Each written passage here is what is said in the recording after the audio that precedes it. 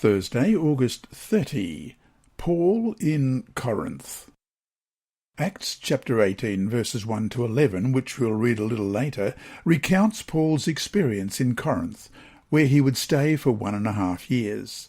Aquila and Priscilla would become Paul's lifelong friends, as we read in Romans 16:3 and 2 Timothy 4:19. The account implies they were already Christians when they came to Corinth, probably because of the deportation of Jews from Rome by the Emperor Claudius. Roman historian Suetonius seems to indicate that the deportation occurred due to disturbances in the Jewish community associated with the name of Christ, which would perhaps be the result of the preaching of the gospel by local Jewish believers. Thus, it is possible that Aquila and Priscilla themselves had been involved in such activities. In any case, besides sharing the same faith and the same Jewish background, Paul and his new friends also shared the same trade. Question. Read Acts 18, verses 4 to 17. What was the result of Paul's missionary activities in Corinth? Every Sabbath he reasoned in the synagogue, trying to persuade Jews and Greeks. When Silas and Timothy came from Macedonia, Paul devoted himself exclusively to preaching, testifying to the Jews that Jesus was the Messiah. But when they opposed Paul and became abusive, he shook out his clothes in protest and said to them, "Your blood be on your own heads. I am innocent of it. From now on, I will go to the Gentiles." Then Paul left the synagogue and went next door to the house of Titius Justus, a worshipper of God. Crispus, the synagogue leader, and his entire household believed in the Lord, and many of the Corinthians who heard Paul believed and were baptized. One night the Lord spoke to Paul in a vision.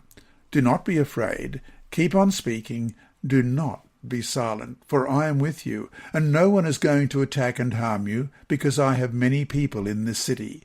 So Paul stayed in Corinth for 1.5 years, teaching them about the Word of God. While Gallio was proconsul in Achaia, the Jews of Corinth made a united attack on Paul and brought him to the place of judgment. "This man," they charged, "is persuading the people to worship God in ways contrary to the law." Just as Paul was about to speak, Gallio said to them, "If you Jews were making a complaint about some misdemeanor or serious crime, it would be reasonable for me to listen to you. But since it involves questions about words and names and your own law, settle the matter yourselves. I will not be a judge of such things." So he drove them off. Then the crowd were turned on Sosthenes, the synagogue leader, and beat him in front of the proconsul, and Gallio showed no concern whatever. When Silas and Timothy arrived from Macedonia, they brought some financial support from the churches there, as is recorded in 2 Corinthians 11, verses 8 and 9. "I robbed other churches by receiving support from them so as to serve you, and when I was with you and needing something, I was not a burden to anyone, for the brothers who came from Macedonia supplied what I needed. I have kept myself from being a burden to you in any way, and will continue to do so." And this allowed Paul to devote himself entirely to preaching. Paul's policy was to live at his own expense during his ministry, though he also taught that those who preach the gospel should live from the gospel in 1 Corinthians 9, verse 14. Despite the strong Jewish opposition to Paul's message, some Jews did believe, as well as some Gentile worshippers of God. Among the converts were Crispus, the synagogue leader, and his entire household. Many Corinthians also believed and were baptized. The situation among the Jews, however, was rather tense, as the following episode demonstrates in Acts 18, verses 12 to 17, and we just read that. And Paul possibly was planning to leave Corinth soon, but in a night vision he received divine encouragement to stay on. And we've read that as well. On his way back to Antioch, Paul took Aquila and Priscilla with him and left them in Ephesus, where he spent a few days before resuming his trip. While there, he had the opportunity to preach in the local Jewish synagogue, whose positive response made him promise that, God willing, he would come back. And we read that in Acts 18, verses 18 to 21. Paul stayed on in Corinth for some time. Then he left the brothers and sisters and sailed for Syria, accompanied by Priscilla and Aquila.